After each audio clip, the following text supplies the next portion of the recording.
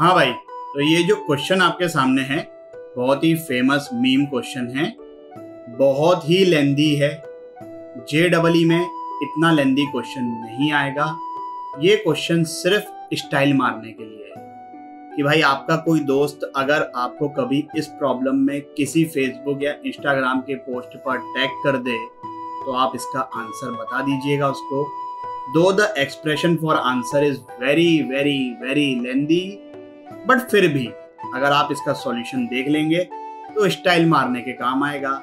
जैसे दिल्ली वाले हर बात में बोलते हैं ना, तू जानता है मेरा बाप कौन है, तो वैसे ही इस क्वेश्चन का सॉल्यूशन बताकर आप भी अपने दोस्त को बोल सकते हो, तू जानता है मेरा टीचर कौन है, मैथ बुक वाले सर। अच्छा, बिफोर स्टार्टिंग दी सॉल्यूशन मैं आपको इसका आंसर दिखा देता हूं, क्योंकि वो बहुत ही लेंथी एक्सप्रेशन है और आंसर देखने के बाद आप चाहें तो क्विट कर सकते हैं। लेकिन अगर आप सॉल्यूशन देखने का डिसाइड करते हैं सो आई विल सजेस्ट कि आप सॉल्यूशन को ऐसे स्किप मत करिए डबल टैप कर करके। जहां पर कैलकुलेशन वाली चीजें होगी वहां पर तो मैं वैसे ही फास्ट फॉरवर्ड कर देता हूं। जो जो चीजें एक्सप्लेन करने वाली है मैं नहीं चाहता कि आप लोग उसको स्किप कर दें, तो सॉल्यूशन पूरा देखना। पहले आंसर देख लीजिए, आंसर देखने के बाद ये डिसाइड करिए कि क्या आपको सॉल्यूशन देखना है कि नहीं है। सो द आंसर इज ये। पढ़ के बताऊं क्या? चलिए, 1/5 ln mod of x plus 1 minus 1 minus root 5 by 20 into ln mod of x square minus 1 minus root 5 by 2 into x plus 1 plus root 5 plus 1 upon root of 50 plus 10 root 5 10 inverse 4x minus 1 plus root 5 divided by root of 10 plus 2 root 5 minus 1 plus root 5 by 20 ln x square minus 1 plus root 5 by 2 into x plus 1 plus root 5 minus 1 upon root of 50 minus 10 root 5 10 inverse 4x minus 1 minus root 5 whole divided by root of 10 minus 2 root 5। तो answer अगर इतना बड़ा है तो आप समझ सकते हो कि सॉल्यूशन भी कितना लेंदी होगा। तो आइए शुरू करते हैं। इसका एक रूट x इक्वल टू -1 है। यहां से समझ में आ जाता है कि x plus 1 is a factor. इस एक्सप्रेशन को अगर मैं x प्लस 1 से डिवाइड करूं या मैनुअली ऑब्जर्व करूं या जीपी के सम का फॉर्मूला लगाऊं तो बचा कुचा एक्सप्रेशन ये लेंदी सा आ जाएगा। अब ये 4 डिग्री का एक्सप्रेशन है। This can be resolve into 2 quadratic expressions. वो क्वाड्रेटिक को डिटरमाइन करने वाला जो तरीका है वो थोड़ा इंटरेस्टिंग है।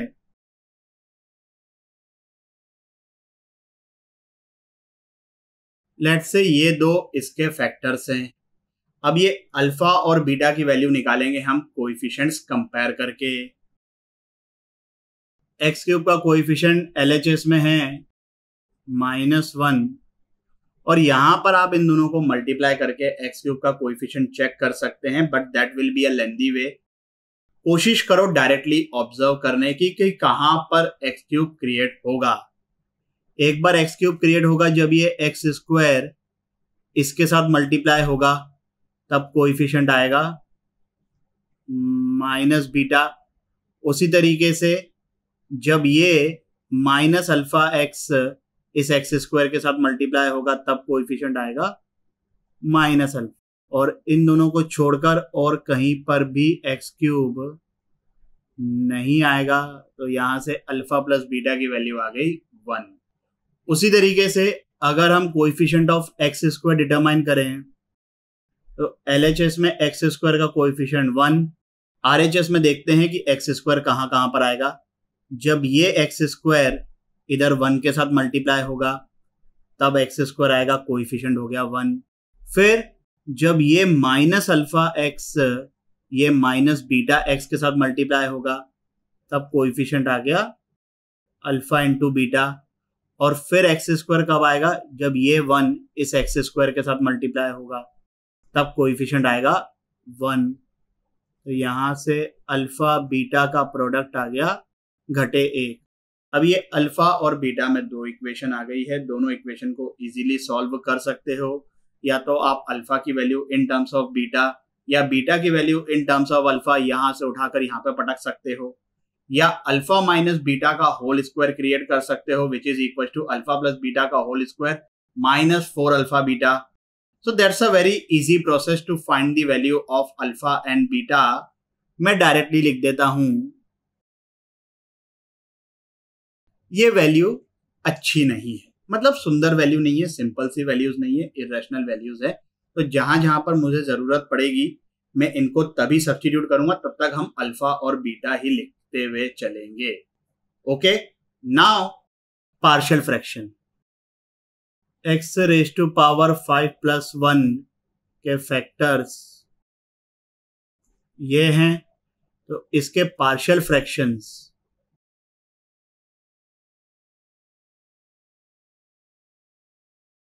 ये होल डिवाइडेड बाय है ना भाई, जगह की कमी, ये होंगे इसके पार्शियल फ्रैक्शंस।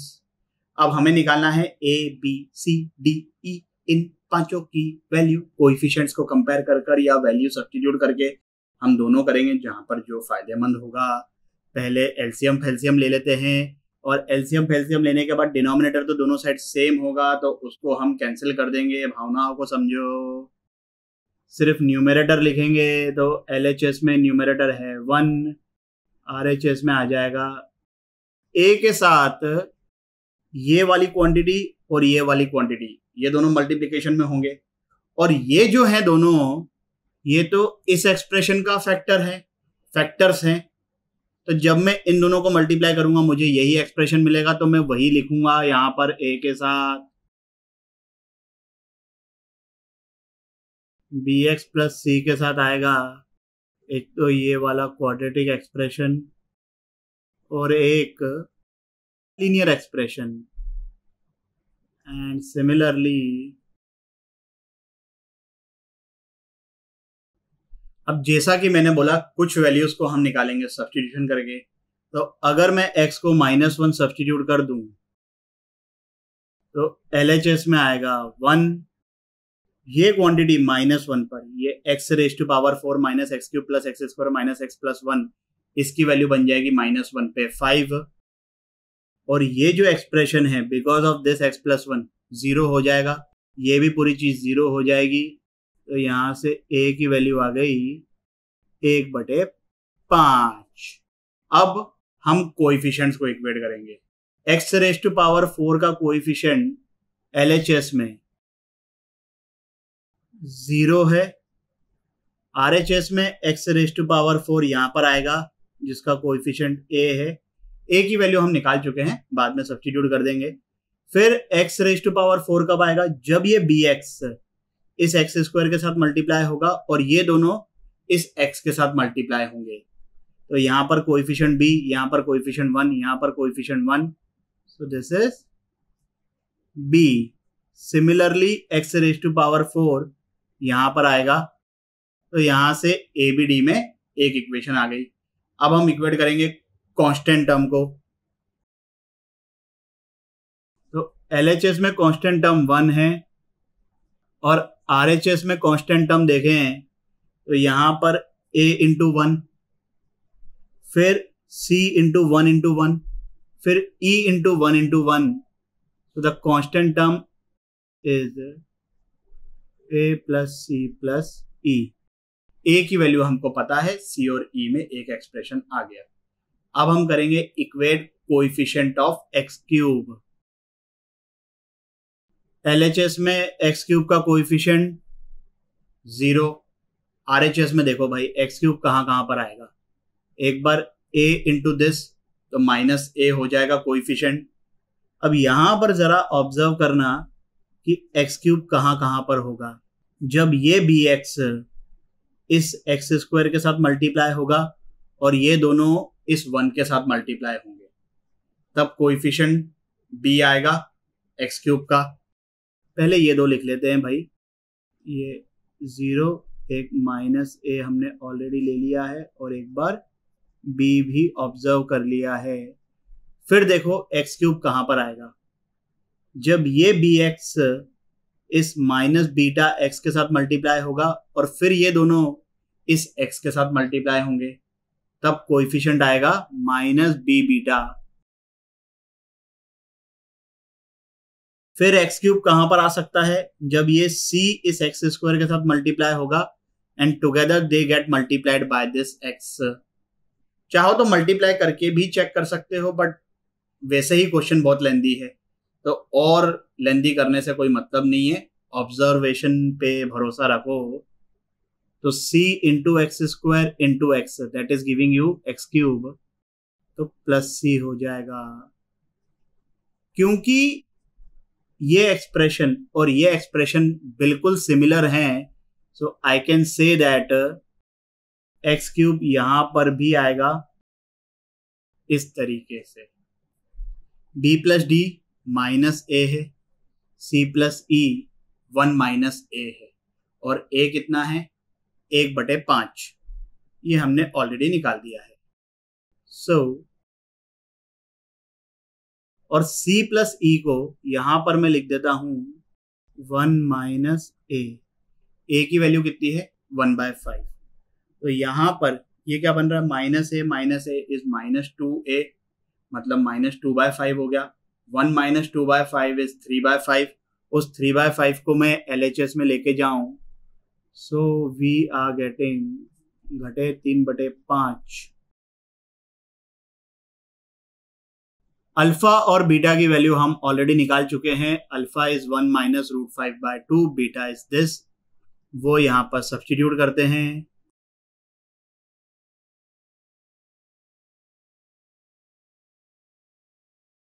ये जो डिनोमिनेटर वाला 2 है उसको मैं इधर क्रॉस मल्टीप्लाई कर दूं, और अब अगर मैं ब्रैकेट ओपन करूं तो यहां पर b आएगा, यहां पर d आएगा। और ऐसा क्यों कर रहा हूं मैं अभी समझाऊंगा, जरूरी नहीं है, बट ये सिर्फ हमारी कैलकुलेशन जो कि ऑलरेडी इतनी लेंदी है उसको थोड़ा सा स्पीड अप करेगा। और ये इस तरीके से आ गया। b प्लस डी क्या है -a के बराबर, a कितना है 1/5, तो b प्लस डी हो गया -1/5। अब ये -1/5 इधर गया LHS में, तो +1/5 बन जाएगा, -6/5 + 1/5 दैट इज -1, तो b माइनस डी हो गया 1/√5। b प्लस डी हमको ऑलरेडी पता है -a मतलब -1/5 है, दोनों को ऐड करेंगे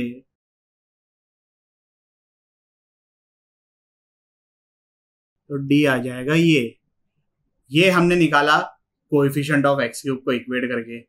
अब कोएफिशिएंट ऑफ एक्स को इक्वेट करेंगे और उसी तरीके से, मतलब इसी तरीके से c और e की वैल्यू निकालेंगे।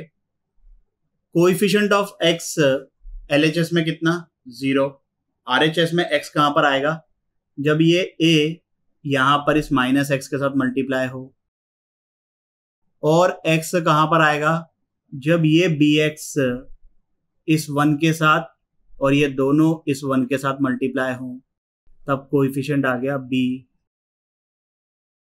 और फिर कब x आएगा जब ये c इस -βx के साथ मल्टीप्लाई हो और ये दोनों इस 1 के साथ मल्टीप्लाई हो, तो कोएफिशिएंट आ गया -cβ।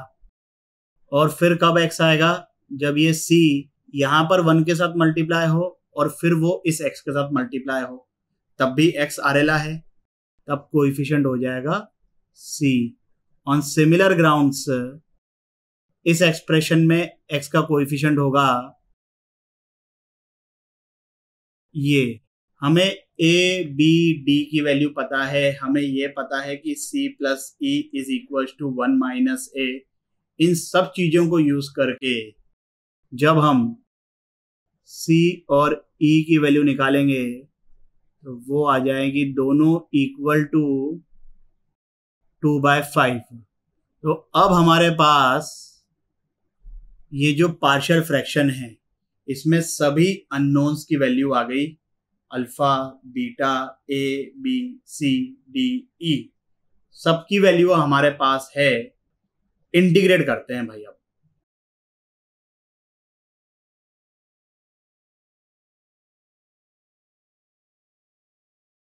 ये पहला वाला इंटीग्रल, इसका आंसर आ जाएगा ये। अब इसको हम सॉल्व करते हैं, इसको मैं I1 बोल देता हूं।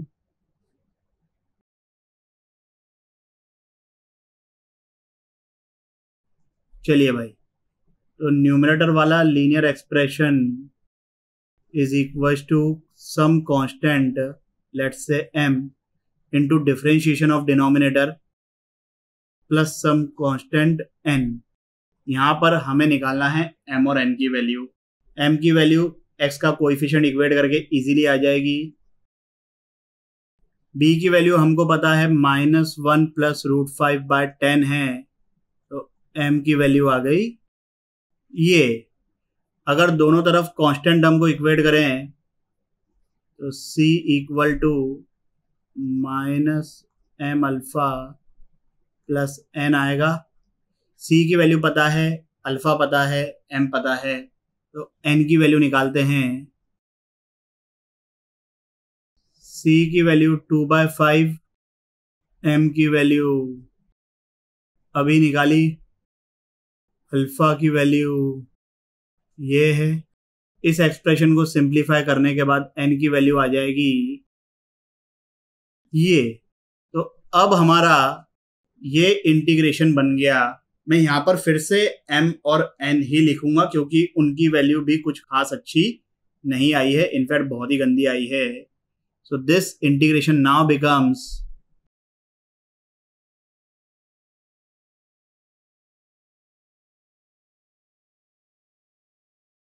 अब ये वाला इंटीग्रेशन तो बहुत ही सिंपल है। डिनोमिनेटर को t रखेंगे तो उसका डिफरेंशिएशन ऊपर लिखा हुआ है, तो डायरेक्टली इसका आंसर आ जाएगा ln ऑफ डिनोमिनेटर। तो ये वाला पार्ट तो सॉर्टेड है, m times ln of denominator. वही हमारा यहाँ पर एक्सप्रेशन भी लिखा हुआ है, m times ln of denominator. Okay, ये जो दूसरा वाला है इसमें हमें क्रिएट करना पड़ेगा perfect square. Perfect square create करने के लिए x के कोएफिशिएंट के हाफ का स्क्वायर ऐड और सब्ट्रैक्ट करेंगे। n एज इट इज बाहर रहेगा, उसको लिख नहीं रहा हूं। तो x का कोएफिशिएंट -α, उसका हाफ α/2, -α/2, उसका स्क्वायर ऐड और सब्ट्रैक्ट करेंगे। तो दिस बिकम्स, अब यहां पर हम तब तक फॉर्मूला नहीं लगा सकते जब तक हमें ये नहीं पता चलता कि ये एक्सप्रेशन पॉजिटिव है कि नेगेटिव है। अगर ये एक्सप्रेशन पॉजिटिव हुआ तो फॉर्मूला है डिनोमिनेटर में x² + a² वाला, मतलब 1/a tan इनवर्स x/a। और अगर ये नेगेटिव है तो फॉर्मूला है 1/x² - a² वाला, ln mod of x - a x + a। तो ये चेक करना पड़ेगा और हमें पता है कि अल्फा की वैल्यू क्या है।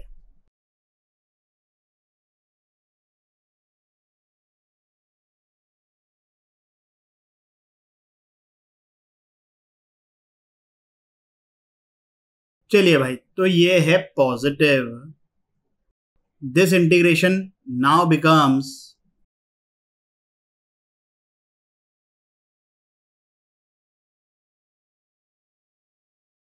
डिनोमिनेटर में x² + a², इसका इंटीग्रेशन होता है 1/a tan inverse x/a। This upon this, LCM फेल्सियम ले लिया,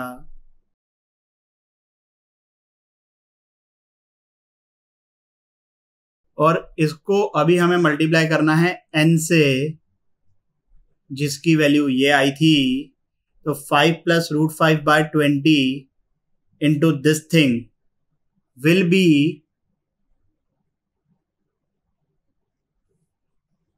दिस एक्सप्रेशन। अब जो बाकी तीसरा पार्ट बचा है इंटीग्रेशन वाला, ये वाला मेथडोलॉजी इसकी बिल्कुल इस सेकंड पार्ट की जैसी है। तो मैं न्यूमरेटर को some constant into differentiation of denominator plus constant लिखता हूं।